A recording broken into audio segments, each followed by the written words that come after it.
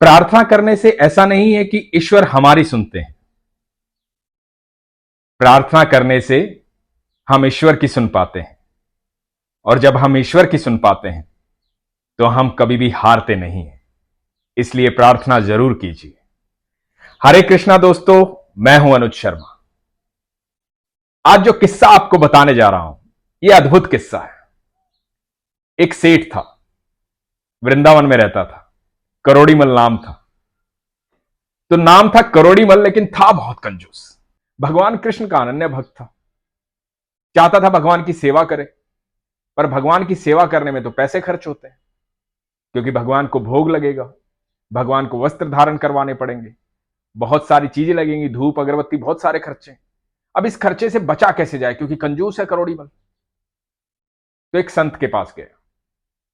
तो संत महात्मा से जाके बोला, महाराज, भगवान श्री कृष्ण की सेवा करना चाहता हूं, लेकिन चाहता हूं एक भी पैसा खर्च ना हो, बिना खर्च किए भगवान की सेवा कर पाऊं, कोई उपाय बताइए।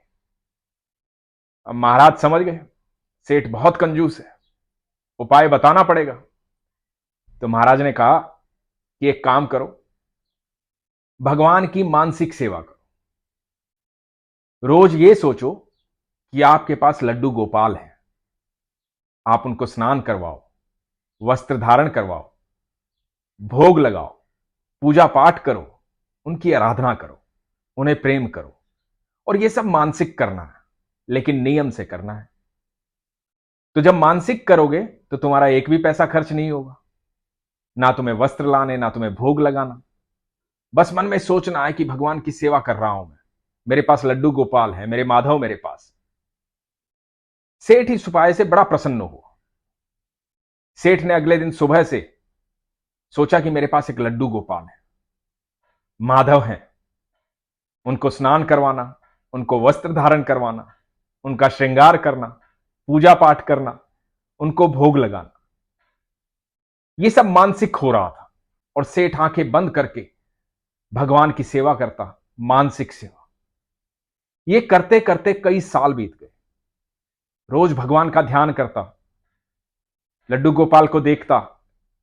मानसिक सेवा में ही उसे लगता कि आज भगवान ये भोग चाहते हैं, आज ऐसे वस्त्र पहनना चाहते हैं, आज ऐसा श्रृंगार चाहते हैं, आज ईश्वर ये चाहते हैं, आज मेरे लड्डू गोपाल ये चाहते हैं।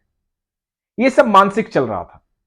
अब क्योंकि मानसिक था, सेठ के पैसे खर्च नहीं होते थे, तो रोज अच्छे आभूषण पहनाता, अच्छा भोग लगाता, जो मन करता वो भोग लगाता, जो उसे लगता कि ठाकुर जी ऐसा कह रहे हैं, चलो ये भोग लगाते हैं।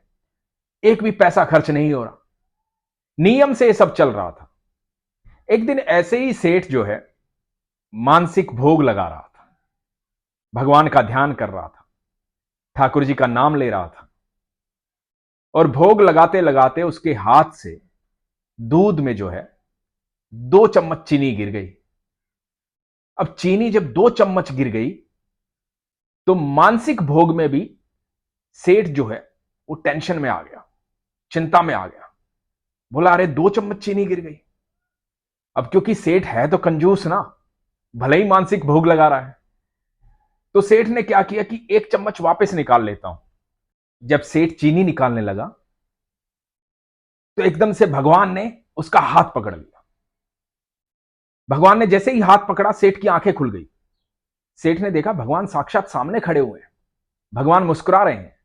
माधव कह रहे हैं, आज चीनी मत निकाल, ज्यादा मीठा पीने का मन था, इसीलिए तो 2 चम्मच डलवाई थी, निकाल क्यों रहा है, मानसिक सेवा में भी कंजूसी करेगा। सेठ एकदम होश खो चुका था, पागल हो गया था। सेठ ने जीवन में कभी सोचा भी नहीं था कि ठाकुर इस तरह से दर्शन देंगे, ठाकुर इस तरह से मिलेंगे। सेठ बोला, प्रभु, मैंने तो कभी सोचा भी नहीं था, मैं तो मानसिक सेवा करता हूं, मैं तो बस मन में सोचता हूं, और आप मुझे दर्शन देने आ गए, आप साक्षात मेरे सामने खड़े हैं। भगवान बोले कि तू मानसिक सेवा मन से करता है, नियम से करता है, मैं तेरी सेवा से प्रसन्न हूं। जितने मन से तूने मेरी मानसिक सेवा इतने सालों की है, इतने मन से कोई भी भक्त कभी भी सेवा करेगा, कभी भी मुझे याद करेगा, मैं उसके लिए जरूर आऊंगा। लोग भोग लगाते हैं, प्रार्थनाएं करते हैं, इच्छाएं रखते हैं, अपनी अपनी बात कह देते हैं, लेकिन मन से मेरी सेवा नहीं करते हैं, मन से मुझे याद नहीं करते हैं। इसलिए सालों लग जाते हैं, जन जन चले जाते हैं, मैं हर एक को दर्शन नहीं देता हूं। लेकिन जो मुझे मन से बुलाता है वो मेरी एक दिन पूजा करे, एक पल पूजा करे, एक क्षण याद करे, मैं तुरंत आ जाऊंगा। क्योंकि जो भी मुझे मन से बुलाएगा मैं मन से सुनूंगा। और तूने मेरी मानसिक सेवा बड़े मन से की है, इसलिए मैं आया हूं। मैं प्रसन्न हूं तुझसे। सेठ की आंखों में आंसू आ गए। सेठ भाव विभोर हो। सेठ बोला, प्रभु आज मुझे समझ में आया मैं किस चीज में कंजूसी कर रहा हूं। सब कुछ तो तेरा ही है, सब कुछ तूने ही दिया है। ये माध्यम भी तूने दिया कि मैं तेरी ऐसे पूजा करूं। ये सोच भी तूने दी कि मैं मन से पूजा करूं। प्रभु आप मेरी सेवा से प्रसन्न हुए। मेरा तो जीवन सफल हो गया कि मुझे आपके दर्शन हो गए, आपसे मुलाकात हो गई। साक्षात आप आ गए ठाकुर। मैं तो सोच भी नहीं सकता था, मैं पापी मनुष्य कैसे सोच सकता था कि मैं अपने भगवान की सेवा में कंजूसी कर रहा था। हे प्रभु, आप जैसा प्रेम करने वाला कोई और हो ही नहीं सकता। और मैं किस चीज में कंजूसी कर रहा था, मुझे क्षमा करें प्रभु, मुझे क्षमा करें। सेठ ने क्षमा मांगी। सेठ की आंखें गीली हो गई। प्रभु मुस्कुराते हुए आशीर्वाद देकर अंतर्ध्यान हो गए।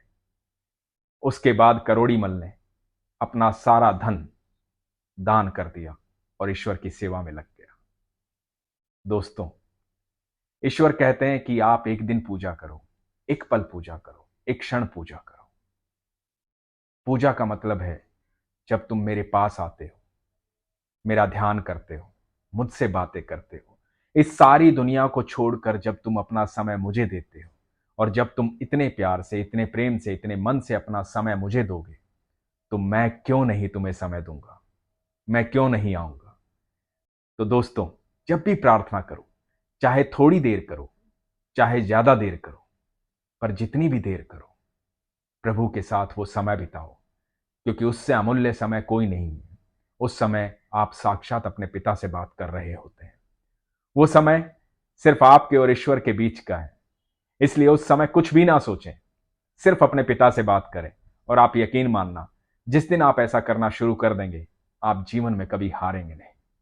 अपने विश्वास को मजबूत करें, अपना ख्याल रखें। हरे कृष्ण।